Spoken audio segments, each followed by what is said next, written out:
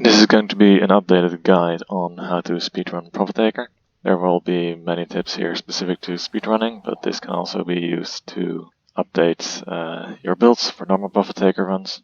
The reason why I suggest you watch this is because most of the YouTubers made their Profit Taker guides after the discovery and introduction of many new gimmicks to play with. Let's just first start off with the gimmicks. Zenith here is a weapon which has infinite punch through that allows it to one-shot and shoot through the pilot shields, which is an amazing ability which saves many seconds in a fight, and probably even up to a minute. Next up is Exodia Contagion. This thing is so incredibly busted that it allows you to one-shot, impact, puncture, slash, blast if you're the host, and then to model dual and single stats. So in my case those are gas and electricity. That's the main takeaway. Like, if nothing else, get a Zenith if you can, get an Exodia Contagion on yours all. But there's one more thing which is very important: knockdowns and staggers to be exact. Many people will have Handspring because they think it's a good mod, it does what it says it does, but since the Warframe revised update, there is a far better option. If you have Prime Sure-Footed, this will eliminate staggers and knockdowns alike from the game. You just won't be knocked down anymore unless you're an operator, but it shouldn't really be a problem.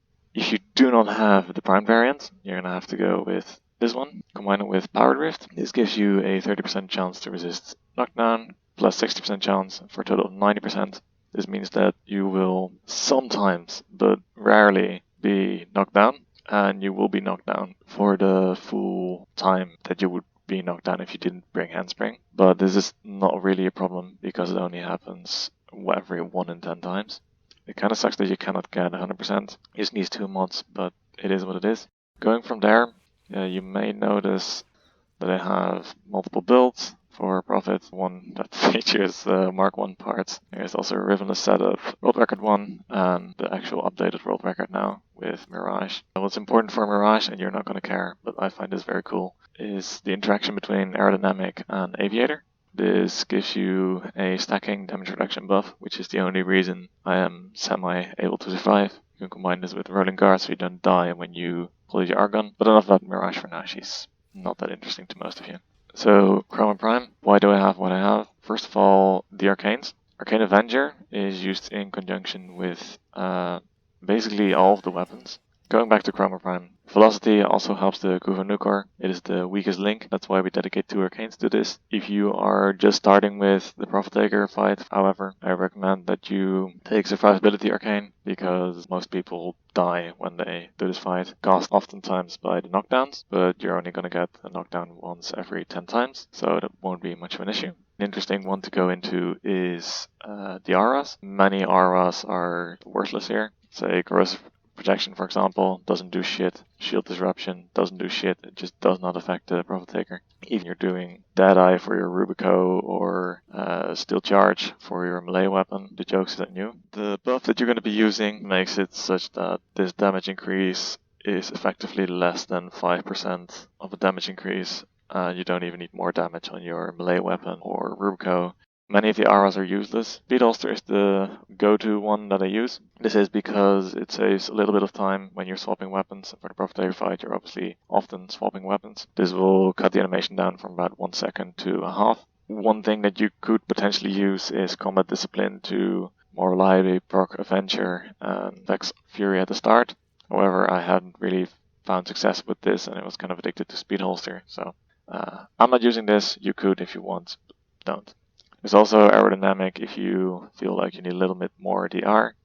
However, if you do this, I recommend pairing it with the Aviator mod on Mirage. For Chroma, you don't really need it. For Chroma, instead, I recommend you go for Adaptation. This will give you plenty of DR, and you combine that with a more Vitality, of course, or the normal Vitality version.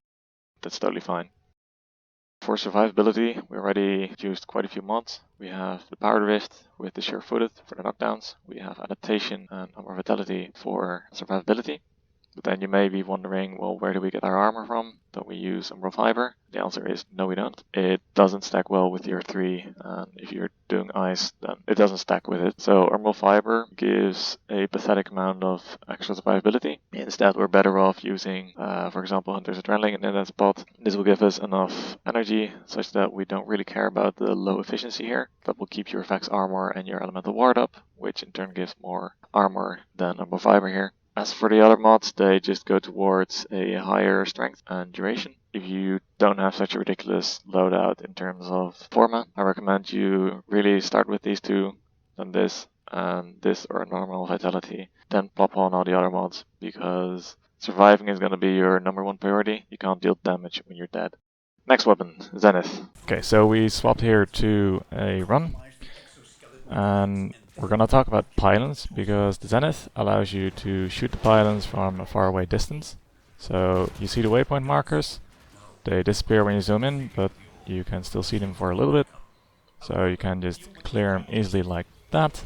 A minute later into this fight, and you see that the Prophet Taker is shooting at pylons again. So we just follow them, we see which one's gonna land the earliest.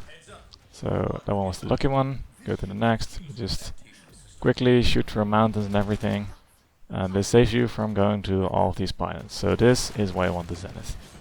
It was at this point in editing the video that I realized that the sound capture before was not only terrible, but it was far more terrible than I'm actually able to get with this mic if I just record through Audacity rather than some other shitty program. Yeah, I didn't have any motivation anymore to edit this video, so the rest is uncut footage of, well, the rest. I hope you can get through it, but honestly it's pretty bad. For now I'm not doing another video. I will be doing a far better one with constantly this quality of mic, and also like a table of contents and everything. It's gonna be great, but for now, I have no motivation to continue on this because it's horrid. So, yeah, if you want the rest of the guide, feel free to go ahead, but it's worse. So, now that you've seen this clip of why you should pick Zenith, how do you build it? So, I have several different setups for the Zenith. You can have the Rivulet setup, which goes something like this. Note that Val acceleration is on there, and also on the version without the, with the ribbon, because I use an auto clicker to fire it really fast on the semi-automatic mode. You always use the semi-automatic mode because it has insane crit stats compared to the kind of weak crit stats over here, and also of course for the infinite push-through. So this is the build. I believe it's mathematically the best thing you can get. I'm not entirely certain about the Rivenless version, but this thing will two-shot, so it's good enough. You only use these for the elementals, you don't use them for the physical damage types, because you have your resolve for that, and that will do far more damage. Next up is the Kuva. Actually, never mind. So obviously the problem with the Zenith is that it is locked behind a 200-day login, depending on at which point in the game you're playing. It may be very annoying that you don't have this. In another video I'll cover what I believe DE should do, but for now just go with any weapon that you think will do a lot of damage. What people used to do before Zenith was taken as an actual strategy, is they used the Batacore for its innate magnetic damage, so that you may not have Zenith, but at least you have an extra elemental type covered. Personally, I just recommend, I don't know, a Rubico, a Carrack Wraith, like the Kuva Carrack Wraith, for example, or other things that you think will do a decent amount of damage in a decent amount of time. The advantage of the Kuva weapons are that they have this innate element. Hold on, let me see what this one is specifically. So is this the toxin, for example? It's an innate element, but this could be radiation or magnetic, and that gives you an extra dual stat element to cover. Let's reset this to Zenith real quick. Okay, so Kuvanukar is up next. We see that mine has 60% magnetic. Now, unfortunately, the thing about Kuvanukar is that you really want this magnetic percentage as high as possible, and you'll have to farm it quite a bit, and then farm it some more. Okay, maybe you don't need as much farm then, seeing as how the Riven isn't on its own polarity. So, Nukor. It has shit crit stats for its critical chance. Let's just quickly make a new one to see the base stats. So you have 7% base and 5 times multiplier. And this is where Arcane Avenger comes in. So as a reminder, Arcane Avenger is amazing because it gives you 45% crit chance essentially for free. And this is additive, so you'll get an effective 52% here. And that means that you're going to be doing a lot of damage, especially if you stack up the critical multiplier even more. There is not much of a discrepancy if you replace the Riven with crit damage, but obviously other stats will be a little worse. Still, this setup will shred the Profitaker's elements if you have Arcane Avenger procced, especially if you also have Arcane Velocity procced, because Arcane Velocity is very nice in that it gives you a whopping 120% fire rate, and it is essentially after the first bit of damage and you shoot a ton of times. Let me find the fire rate here, 16 times per second. So after a 16th of a second, you basically already have 120% extra fire rate. I did the math. This is actually the best setup possible. Not certain again about the Rivenless version, but this one is. Amalgam barrel diffusion is not entirely mandatory. You could just go for the normal barrel diffusion instead if you really want to have the 10% multi-shot, but I find this a very nice thing to have. One more note here is the eject magazine and Zenith tactical reload. These things are very nice and basically mean that you never have to reload during this fight, which is an absolute godsend. So next up is the Zal. These are the parts I use. The parts that are valid are the Dokram and the Plaker Path for the strike. For the grip, you can have the Krustra or the Pi. And for your link, you can only have the Vargi 2 Ruhang, as is shown over here. There might be other Zals that perform as well or better, but I haven't done the math, and you really don't need to do the math because a Rivenless setup will one-shot every element when you get Chroma's buff up quite high. So again, this is all about Exodia Contagion.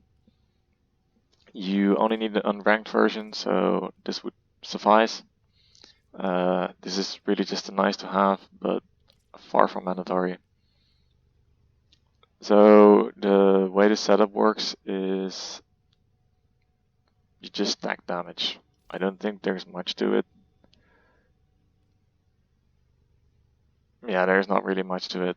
You just stack the damage. You can't use heavy attack modifiers, so that's maybe a nice thing to have, know. And another thing to note is that viral here is given by the Blaker Path part, but this does not transfer over to Exodia Contagion. So if you wish to one-shot viral, you actually have to mod for it, which is kind of a shame. But Exodia Contagion does give you innate blast damage and will one-shot that if you're not if you're a host. If you're a client, this will be far less reliable. Unfortunately, this is something for DE to fix. Next up, you obviously go Zeneric. Hunter's Adrenaline is nice, but it is not enough, unfortunately. Energizing Dash is also lightning dash is also nice to get a little bit of crowd control going. Other than that, I don't think there's much reason why I pick this over, say, Madarai. Madarai is an alternative that you can go for with these two, but in my opinion, that's not really worth it, because the energy is always going to be the bottleneck. While we're on the topic of our operator though, let me quickly go over which amp we use. Oh, and the arcanes. So the most important arcane for the operator here is Arcane Elevate. This will give you a 300 health to your warframe with a 95% chance. And that is the main way that you're going to stay alive. You can also get an additional Magus Repair in there just for extra survivability. But this one you will likely use far less. So this is the amp that I use. The prism is useful because on a giant range you are able to cycle the elements with a rapid fire such that when the cooldown of cycling has passed, then you immediately cycle it. The scaffold can one-shot the pylons, so if you don't have a zenith, this one's really important. The brace doesn't really matter, I believe, because you're not using them for damage, so you can use whatever you want there. That's it for operator. Going back to the frame, we have, sorry, not frame, arsenal.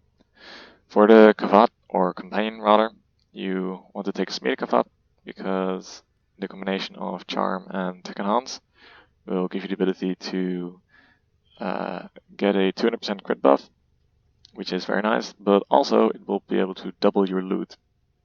And that means that instead of 500k credits, which you can get every 3 minutes or so by running with a credit booster and using effigy, more on that later, you can buff that up to 1 million if you're lucky. There's a lot of mods on here, but honestly, just put up shit so it'll survive. That's the main takeaway. So Charm, Tech Enhance, and then whatever you want. Next up, the Arcwing.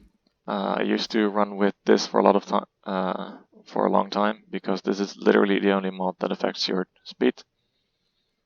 Now that Blink has been removed, you can still go for a fully format and juiced up build, but honestly, you won't see any use of this in a Prophet Taker fight.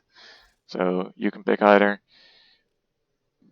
So you can do either of the builds. It's just based on how much you want to format. Then there is the Imperator Vandal, which we briefly touched upon earlier. So now we're going to go into Argon damage and mechanics. So Argon damage calculation is the same thing as everything else. You just deal the damage and that's going to be nice and dandy. But when you fully deplete your magazine, it's going to suck, because when you do so, you have a 5-minute cooldown. So if you get ammo chain, you will have twice the max ammo and therefore half the cooldown for each bullet. So this means you can shoot twice as many bullets for the same cooldown, or the same as before for half the cooldown. The reason this matters is because this means that you don't have to look for the guys that give you the Archon ammo reset. And this will be very nice if you are, for example, playing solo, where they don't spawn as often in public missions. Also, it's just nice to not have to rely on anything else other than your awesome moth. So if we look at this build, automatic trigger is there and doesn't actually up your damage per cooldown, because with fire rate you are upping your DPS, but you're not generating more damage per bullet. So this one is actually kind of detrimental, but the Riven is good enough to compensate. So, well, that's why I have it, because then at that point it's just more DPS. On a Riven you will want corpus damage because there are no other sources of it, and that makes it one of the best things to get here. Other than that, crit chance, crit damage, and multi-shot are good ones. In this case, I replaced parallax scope with it, so okay, don't have a rivenless setup, but you could replace this with parallax scope, and that would be your rivenless setup. However, I don't recommend doing Imperator Vandal if you don't have a Riven for it, because the core pass has this better damage per cooldown ratio. So you can do it without a Riven, and this will one-shot the limbs, no questions asked, and at the same time you will never run out of the ammo. If you do decide to pump it up for no good reason, then you can go with such a Riven. Not much to say about this, to be honest. So let's give it a shot. I'll walk you through the fight. It will spawn about 6 or 7 seconds into the fight. So until then, we normally stay inside of the elevator for speedrun reasons. It only counts when the map changes. So right here, you would still technically be in the elevator, and then this is the point where the run starts. So you grab your Arcwing, you go to the Profiteer, and the reason my Arcwing is this fast and I can blink this often is because of intrinsics. You're gonna want piloting, intrinsics, and tactical, if I'm not mistaken. But that's really more of a side thing. So I'll start covering what the hell I'm doing over here. So I just took out the shield phase, and now there's the armor phase. The armor phase can only be hurt by the arc gun, and you can see that it is taking care of the armor very quickly. And we swap to the operator sometimes. And we also got infinity buff. Okay, there's too much going on, I apologize. We are in the pylon phase currently, so these pylons, normally like things will bounce outside of it. But if you use the amp, that one-shots it. But the Zenith is also able to do that if you are outside of the pylon shield. So that is why Zenith is so valuable, because if you have even a little bit of aim, you can save probably around a minute of it, because otherwise you have to dash with the operator all over the place, which is not really fun or engaging and takes a lot of time. So here's an element that I don't have. Normally I would use my arc gun because that covers toxin, but I'll just cycle it for demonstration purposes.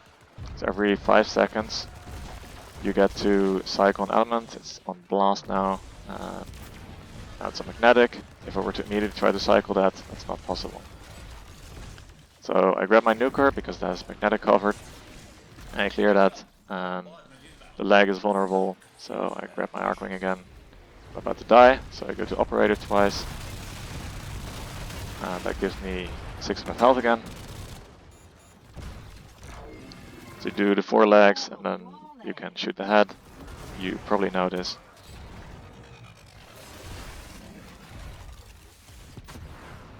It's the pilots again, so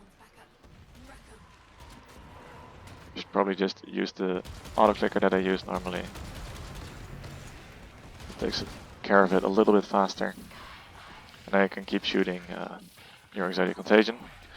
So I should probably talk about Exotic Contagion here, because normally the way you do it is you bullet jump, and then you get to fire it, and then if you double jump, you get to do it once more. So bullet jump, fire, double jump, fire. So this is the way you can do it. I have a macro which double jumps really fast, and then you also get to do it. So this is just me doing it manually at the moment.